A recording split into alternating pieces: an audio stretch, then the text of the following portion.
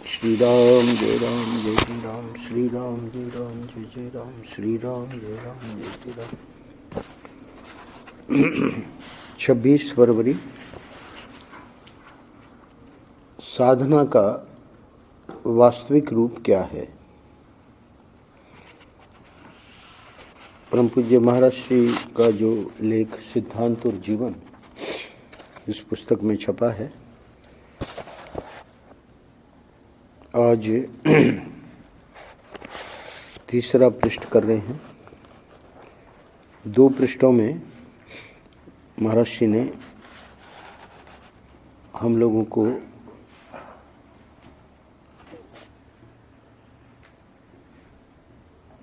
आश्वासन दिया और कल बताया कि यही भाग्योदय का शुभ समय है।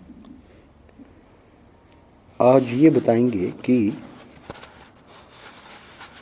हमको इस मार्ग में क्या करना है।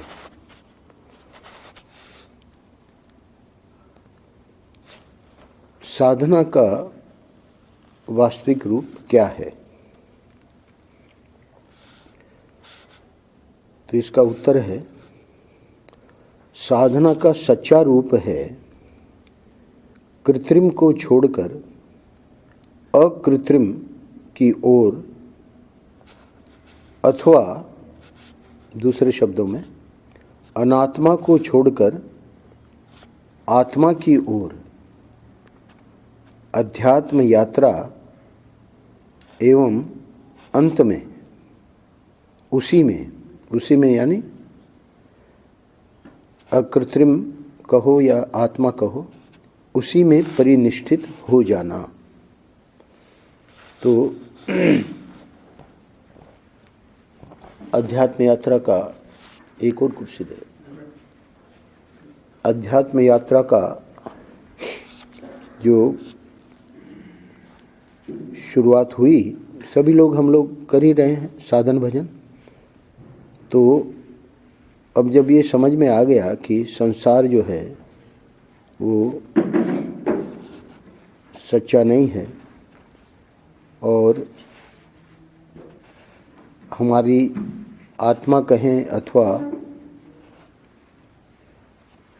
ईश्वर कहें वही सच्चा है, तो साधना का सच्चा रूप है कृत्रिम को छोड़कर अकृत्रिम की ओर, अथवा अनात्मा को छोड़कर आत्मा की ओर अध्यात्म यात्रा।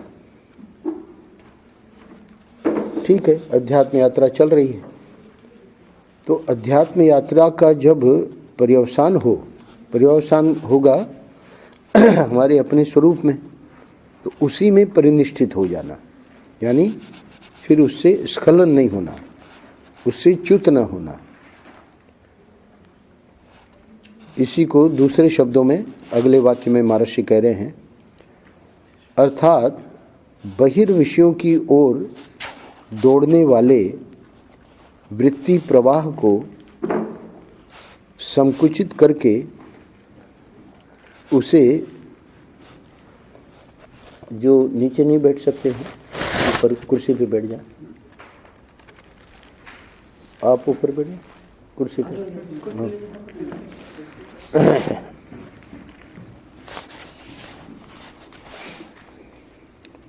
अर्थात बहिर्विषयों की ओर दौड़ने वाले वृत्ति प्रवाह को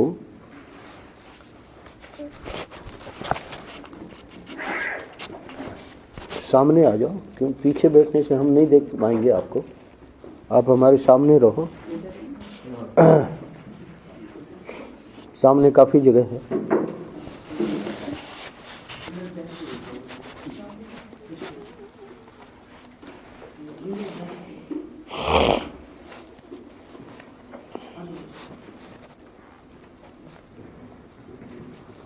इधर आ जाओ, इधर जगह है, इधर। आसन को छोड़ दो, महात्मा जी आ सकते हैं। पूरा गया। परम पूज्य महाराज श्री आज के पृष्ठ में 26 फरवरी कमल इधर है।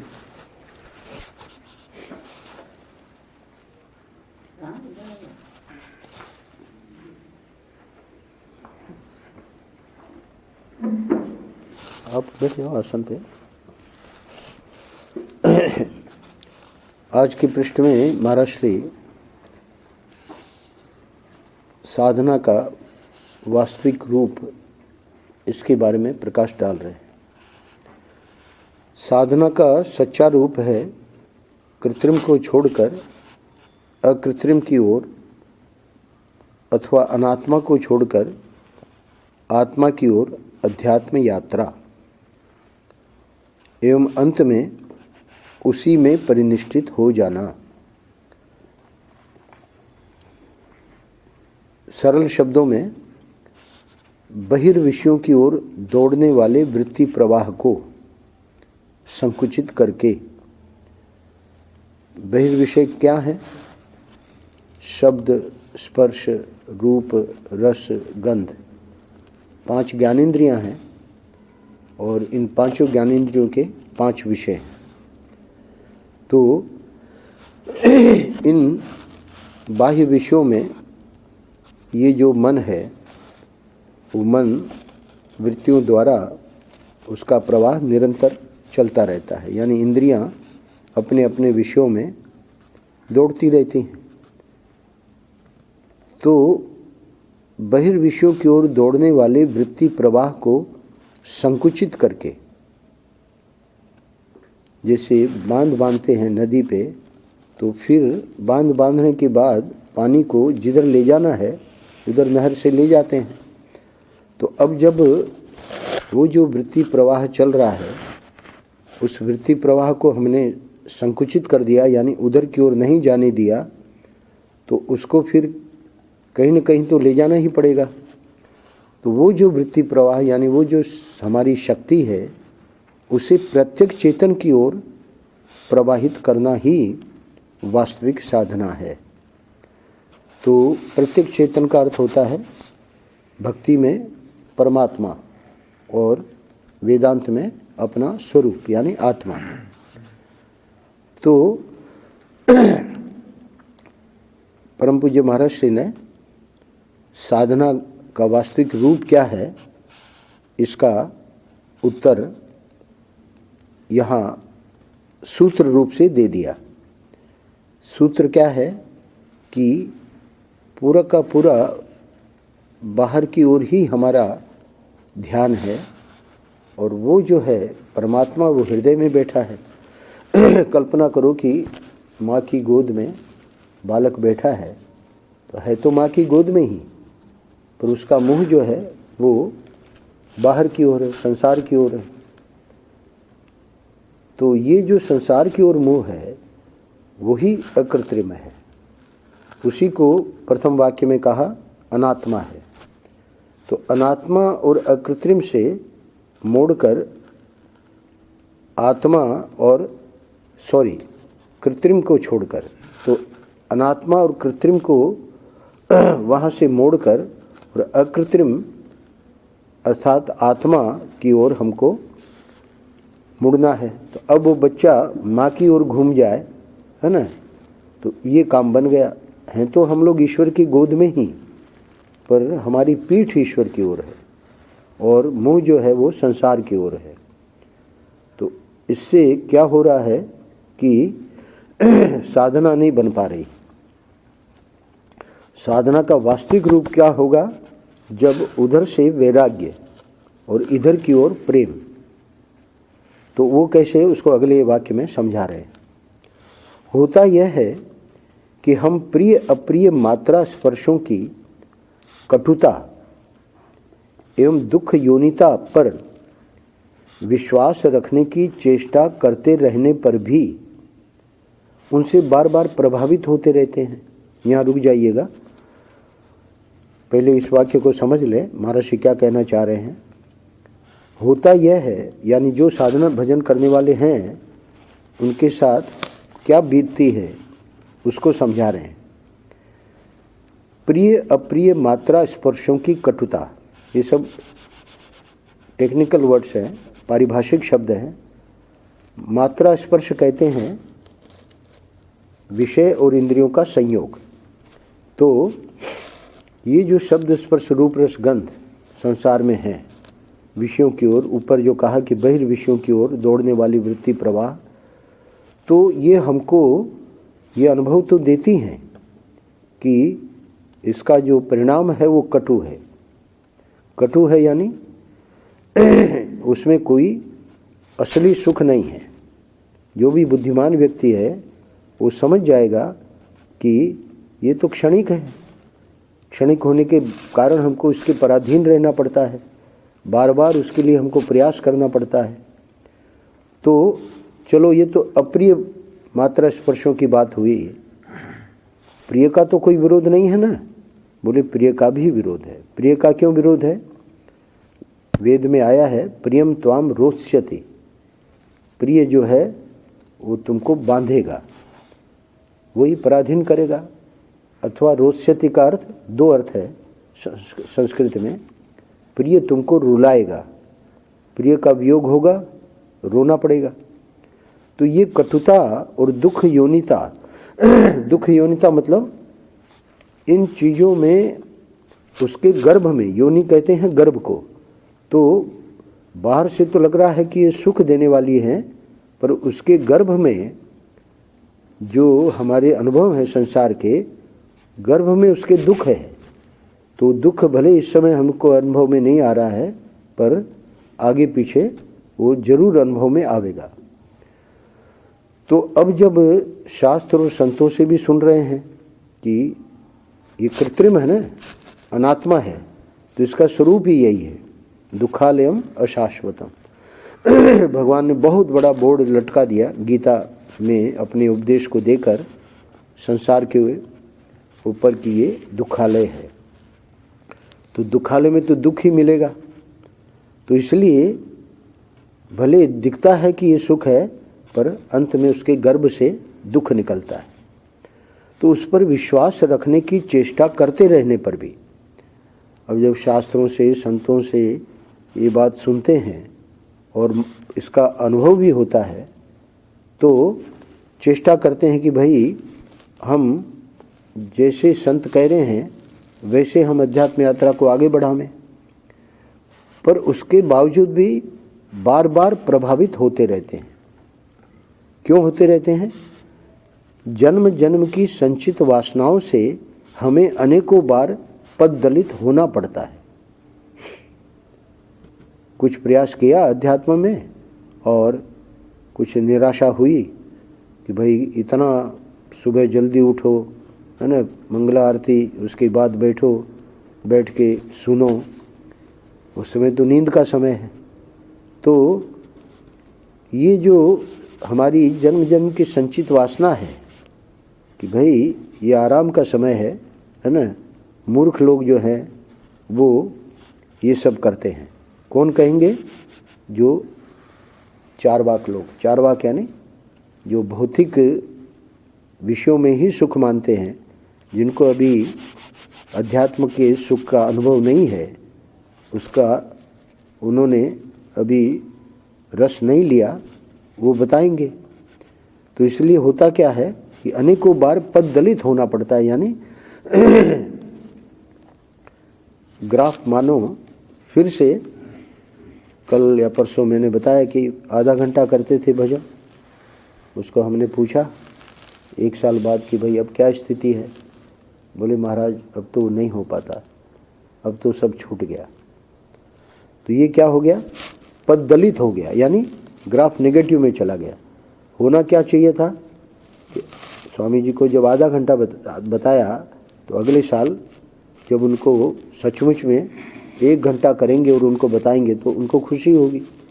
पर जब ये बताते हैं कि अब छूट गया, तो ये क्या हो गया? पददलित हो गया, यानी वापस वहीं लौट आए। अब ऐसी स्थिति में लगता है कि इसमें तो आगे बढ़ ही नहीं पाए। महर्षि यहाँ कह रहे हैं ये सब सत्य होने पर भी निराश होने का कोई कारण नहीं है। नाना प्रकार की विघ्न बाधाओं से तुमुल युद्ध करके हमारा आत्म विकास ही होगा, इसमें संदेह नहीं है। इसी को महर्षि कहते थे, हरि से लागा रहो रे भाई, तेरी बनत बनत बन जाए। तो विघ्न बाधाएं आवेंगी, पर अपने भजन छोड़ना नहीं है, उससे तुमुल युद्ध तो हर साधक का वो चल ही रहा है। तुमुल युद्ध अपने अपने स्तर से, अपने अपनी समझ से। तो उसका महर्षि कह रहे हैं कि परिणाम क्या होगा, हमारा आत्म विकास ही होगा। अब ये बात समझ में आई कि तब तो फिर कोई चिंता की बात ही नहीं है ना। तो निराश होने का कोई कारण नहीं है। जो भी हम संघर्ष कर रहे हैं, कभी हम हार भी जाएं तो कोई बात नहीं, आखिर में हमारी विजय होगी, इसमें संदेह नहीं है। स्वयं संत आश्वासन दे रहे हैं कि इसमें कोई संदेह नहीं है कि हमारा आत्म विकास ही होगा। तो फिर हम निराश क्यों हो जाते हैं, उसका कारण बता रहे हैं। अभी हमें अपनी शक्ति पर, महिमा पर सच्ची निष्ठा नहीं है, इसी की चेष्टा ही साधना है। तो इसको पोटेंशियल कहते हैं अंग्रेजी में। तो हमारे में जो पोटेंशियल है, हमारे में जो शक्ति है, हमारी जो महिमा है, संत लोग समझते हैं, संत लोग जानते हैं। क्योंकि मनुष्य जन्म के लिए देवता भी प्रार्थना करते हैं। तो इसलिए मनुष्य जन्म मिला है और व्यक्ति संत से जुड़ गया, तो संत आश्वासन दे रहे हैं कि इसमें लगे रहो।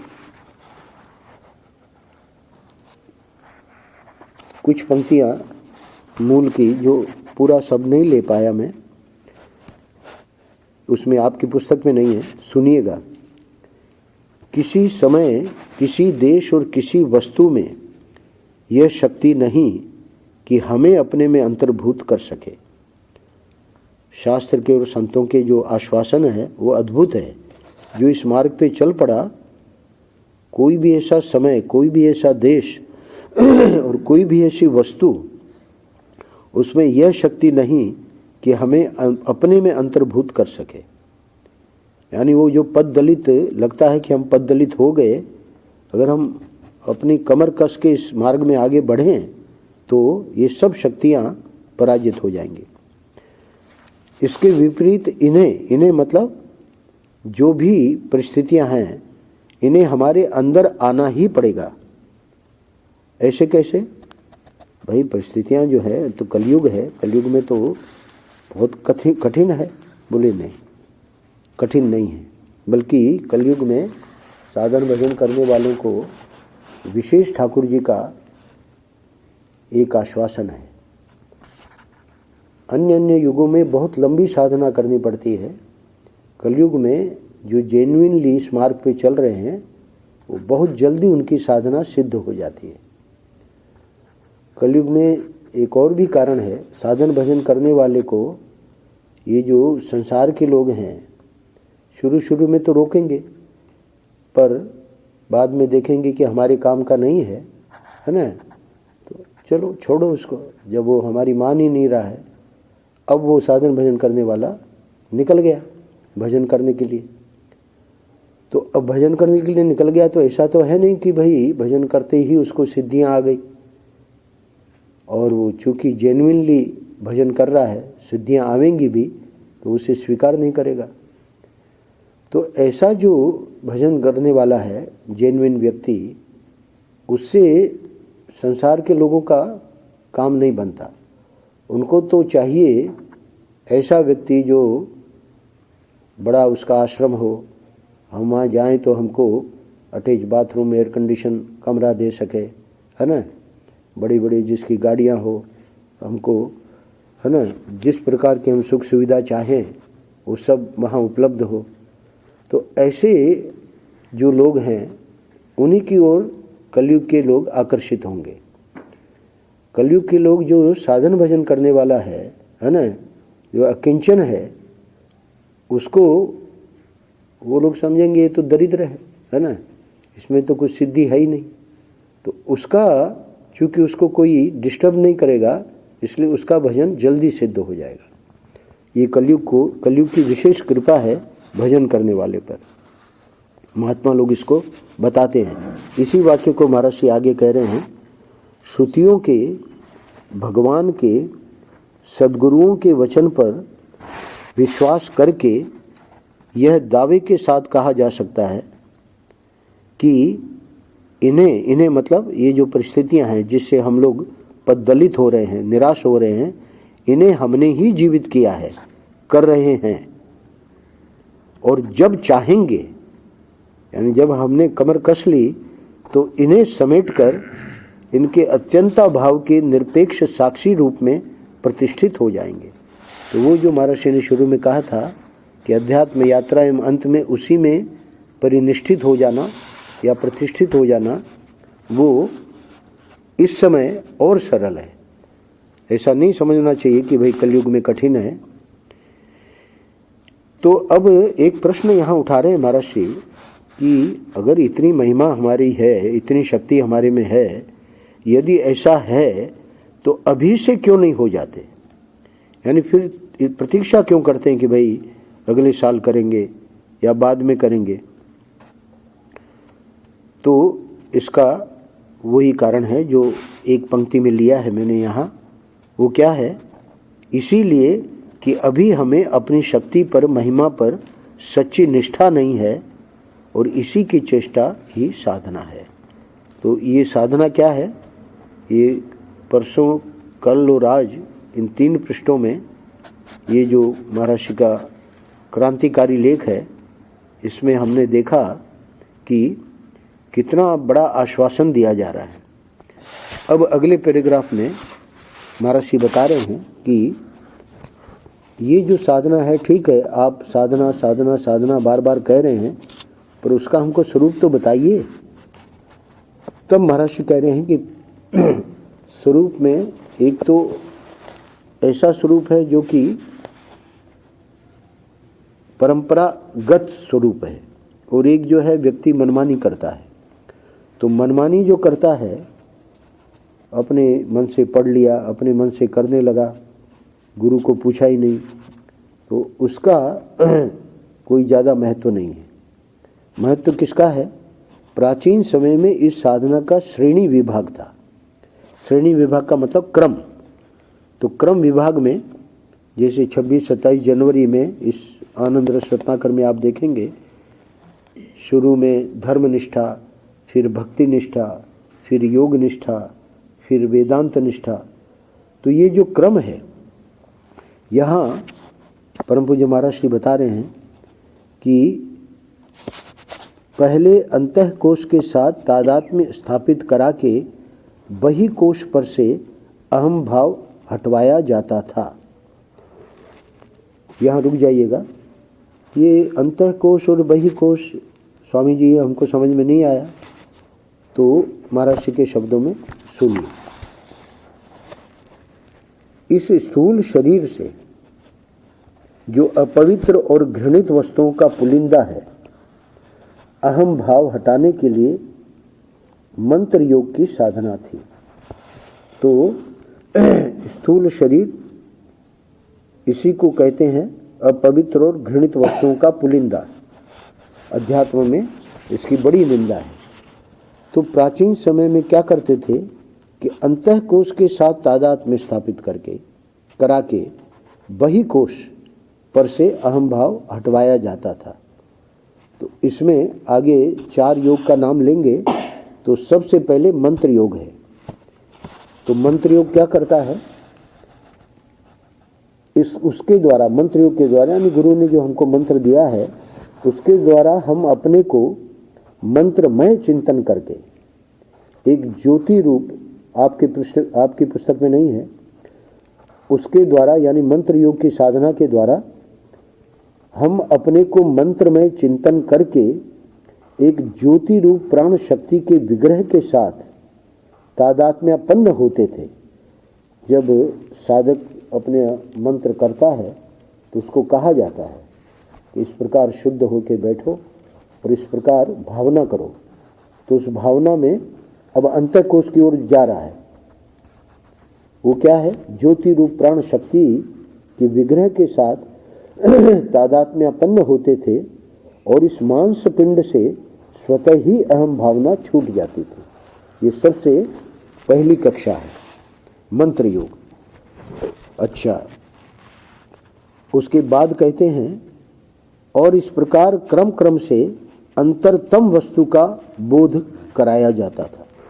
तो क्रम क्रम से अंतरतम वस्तु का बोध कराया जाता था। तो उसमें और कौन कौन है?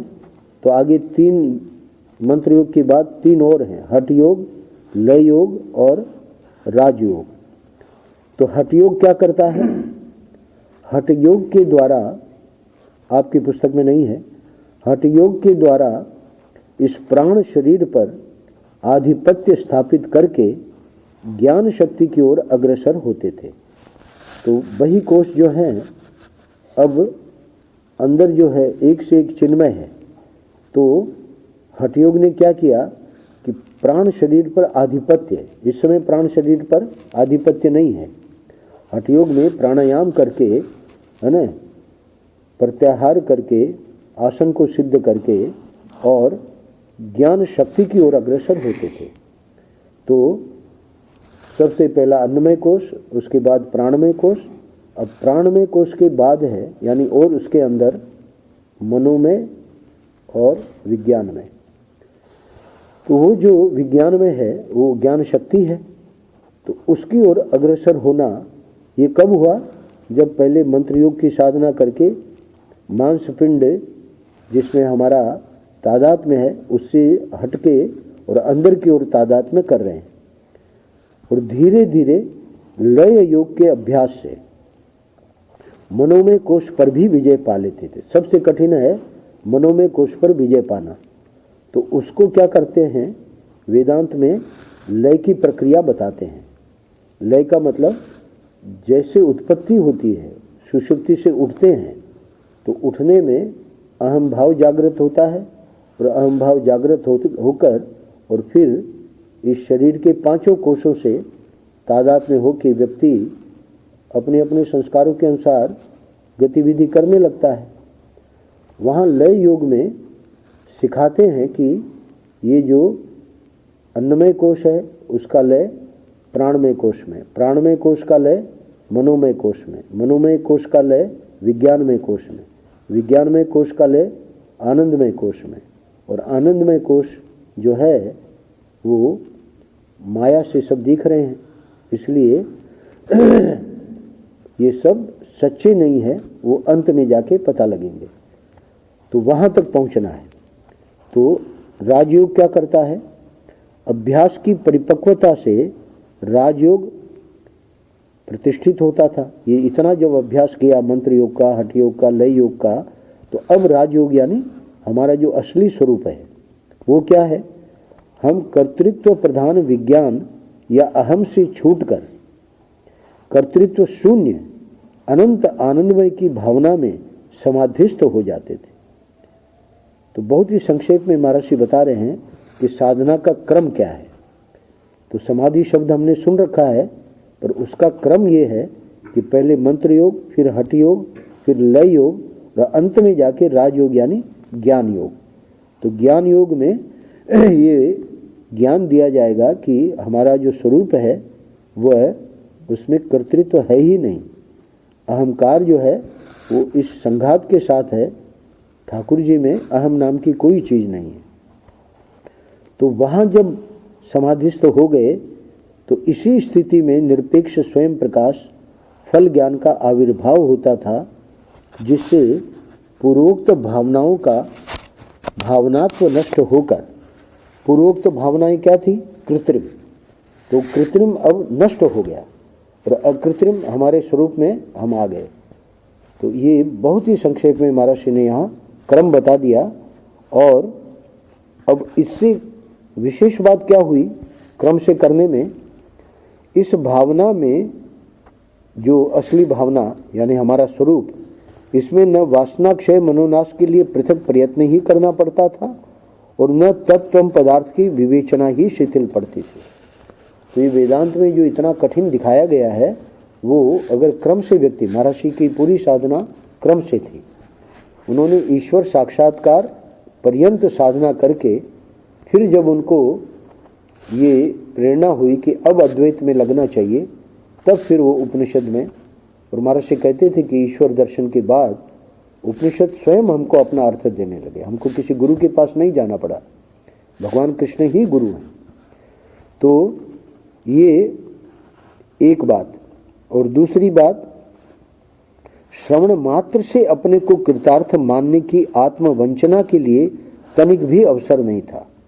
हो क्या रहा है आज कि गए हम सत्संग में, हमने सुन लिया कि भाई मैं तो ब्रह्म हूँ, मैं तो आत्मा हूँ, ये शरीर जो है, एक बालिका थी उसने वेदांत सुन के अपना आचरण, अपना चरित्र बहुत गड़बड़ कर लिया कि भाई इंद्रियों में बरतती हैं, है ना, मैं तो आत्मा हूँ, मैं तो साक्षी हूँ, अब पिता और माता क्या करें। तो श्रवण मात्र से आत्मवंचना, श्रवण मात्र से क्रम से करेंगे तो ये सब गड़बड़ नहीं होगी, महर्षि कह रहे हैं। तो इसलिए कह रहे हैं कि श्रवण मात्र से अपने को कृतार्थ मानने की आत्मवंचना, कृतार्थ का अर्थ हम सिद्ध हो गए। तो कितने सिद्ध घूम रहे हैं आज, ये क्या है, आत्मवंचना है। उसके लिए तनिक भी अवसर नहीं था, किसमें, क्रम साधना में। तथा मृत्यु के पश्चात होने वाली मुक्ति के धोखे में पड़कर कोई जीवन मुक्ति से हाथ नहीं धो बैठता था, जैसा कि प्रायः आजकल हो रहा है। तो आजकल क्या है, जीवन में तो दुख बना हुआ है और कहते हैं कि मरने के बाद हम मुक्त हो जाएंगे। तो मरने के बाद वो मुक्त नहीं होगा, है ना, जो जीवन में ही मुक्त नहीं है ना, तो मरने के बाद क्या मुक्त होगा।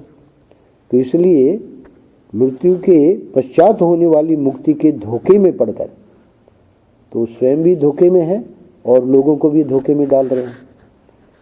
जीवन मुक्ति से हाथ नहीं धो बैठता था, जैसा कि प्रायः आजकल हो रहा है। तो अब ये क्रम साधना महर्षि ने जब बता दी, तो अब आगे हम देख रहे हैं कि जो छूट गया था वो मैं पढ़ देता हूँ। तो इस प्रकार क्रम से अंतरतम वस्तु का बोध कराया जाता था।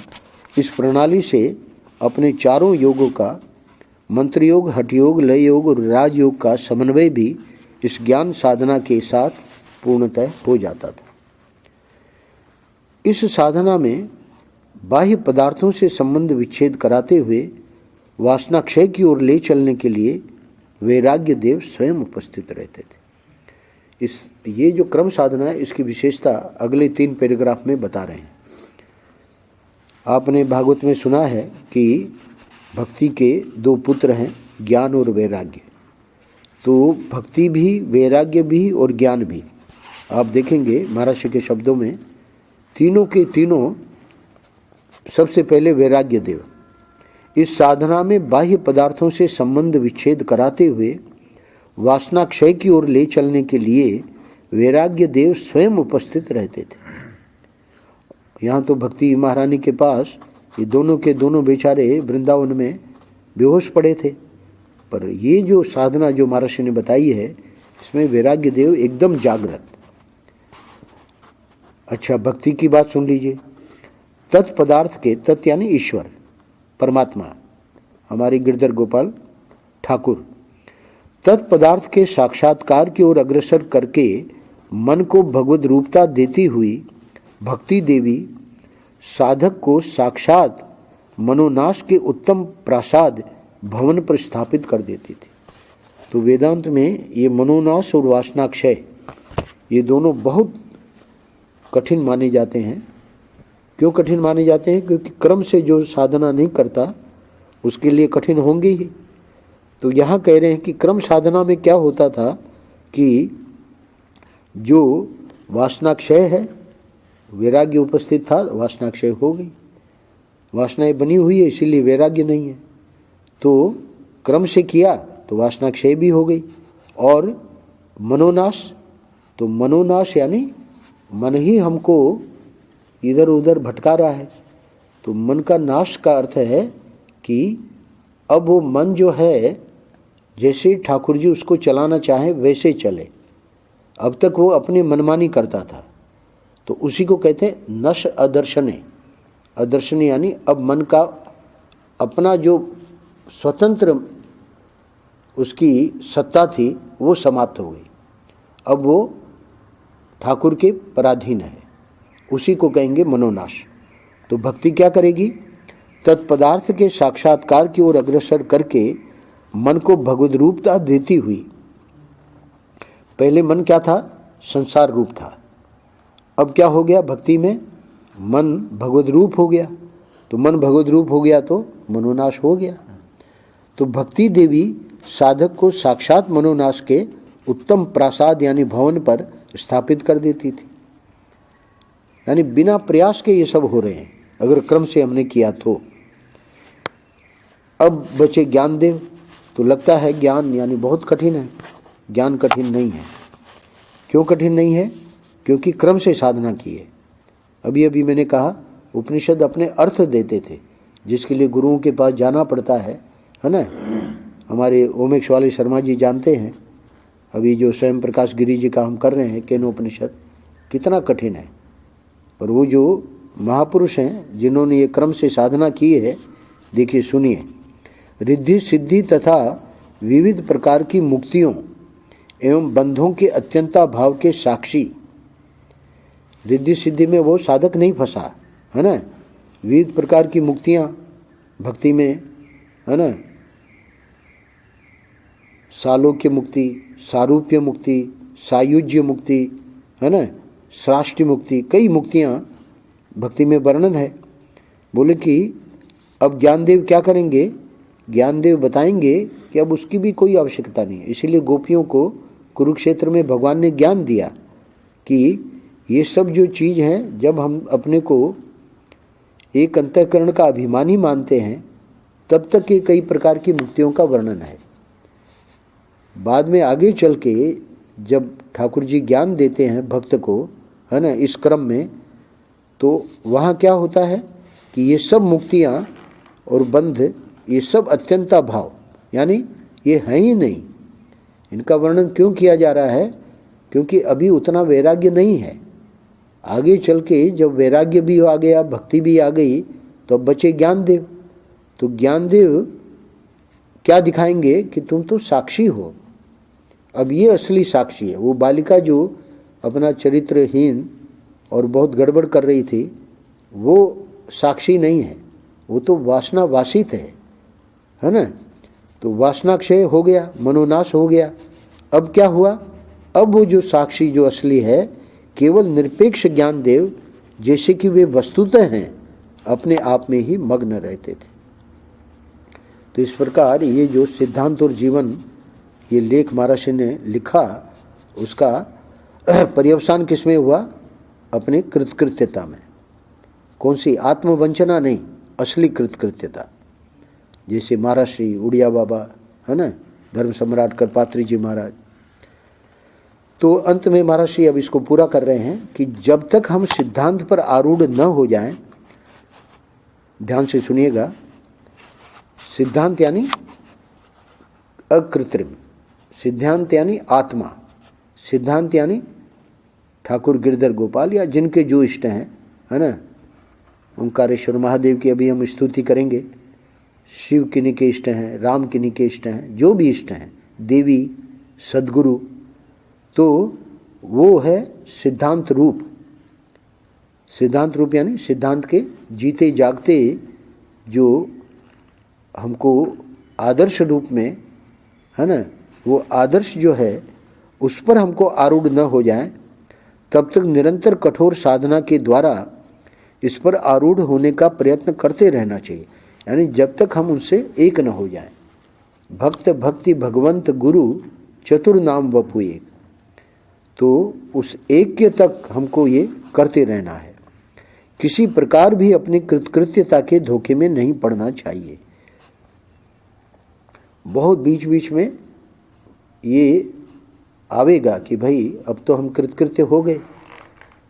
परम पूज्य महाराज के एक शिष्य खोपोली के, बहुत अच्छे विचारक थे, बहुत अच्छा जीवन था, सदग्रस्त थे, आते थे, एक एक महीना रुकते थे अपने ऑफिस से छुट्टी लेके। तो महाराज जी कहते थे, सुनाओ सीताराम क्या वेदांत का चिंतन किया। उन्होंने खुद सुनाया महर्षि की लीला स्मरण के बाद कि एक दिन मैं गया महर्षि के पास, कुछ ऐसी अनुभूति हुई तो महर्षि में कोई चरणों में प्रणाम करके मैंने कहा कि आपकी कृपा से अब ज्ञान हो गया है। तो महर्षि ने जो बात कही वो उन्होंने सुनाई। महर्षि ने कहा कि सीताराम, अभी इस प्रकार की भ्रांति कई बार होगी, तो ये कृतकृत्यता का जो भ्रांति होती है उसके धोखे में नहीं पड़ना चाहिए। किसी प्रकार भी अपनी कृतकृत्यता के धोखे में नहीं पड़ना चाहिए। वासनाएं बहुत बलिष्ठ हैं, अतः इनका कड़ा निरीक्षण होना चाहिए।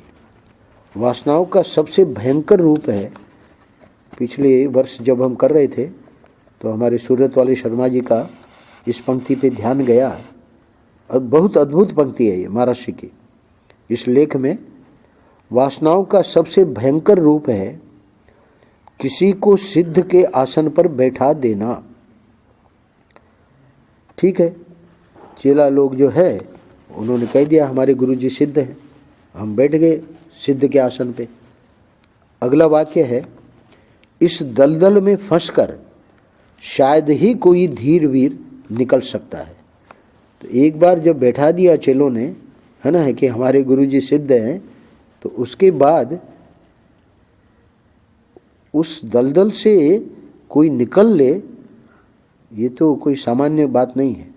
कोई धीर वीर ही निकल सकता है। आदर्श वह है जिससे फिर कभी संसार में लौटकर ना आना पड़े। तो संक्षेप में हमारी जो असली कृतकृत्यता है ना, वो यही है। जैसे महाराज श्री उड़िया बाबा वहाँ तक जब नहीं पहुँचे तब तक इस संसार में लौटकर आना पड़ेगा। अब वो जो इसका पूर्व शीर्षक था, उद्धारक कंपनियों का भंडाफोड़, जो दूसरों के उद्धार की कंपनियां खोलकर बैठे हों उन्हें खोलने दें, उनसे अपना कोई मतलब नहीं। उधर की ओर देखना ही नहीं है कि वो क्या कर रहे हैं, वो क्या कर रहे हैं। हमारे राजेंद्र जो हैं उनको एक शब्द बहुत प्रिय है, कोई नुक्ताचीनी करता है वो उनको पसंद नहीं आता। बोले भाई तुम क्यों नुक्ताचीनी करते हो, है ना। तो महर्षि कह रहे हैं कि उनसे अपना कोई मतलब नहीं, जो जो कर रहा है ठाकुर जी सब जान रहे हैं, हमको उससे कोई नुक्ताचीनी की कोई ज़रूरत नहीं है। हमें तो अपने आप को देखना चाहिए और यह याद रखना चाहिए कि सिद्धांत ही जीवन है और जीवन ही सिद्धांत है। क्या अर्थ हुआ, यानी सिद्धांत और जीवन में बहुत बड़ा गैप है। सिद्धांत कुछ और है, सिद्धांत अद्वैत है, हम द्वैत को ही सत्य मान रहे हैं। सिद्धांत है सियार राम में सब जग जानी, हम राग द्वेष बनाए पड़े हैं संसार में। तो सिद्धांत कहाँ और जीवन कहाँ। तो इसलिए महर्षि को कहना पड़ रहा है अंत में, ये याद रखना चाहिए कि सिद्धांत ही जीवन है और जीवन ही सिद्धांत है, तथा जब तक दोनों पृथक पृथक हैं तब तक दोनों ही निष्फल हैं। यानी सिद्धांत भी निष्फल हो गया और हमारा जीवन भी निष्फल हो गया। तो ये साधना का स्वरूप है। श्री राम जय जय राम, श्री राम जय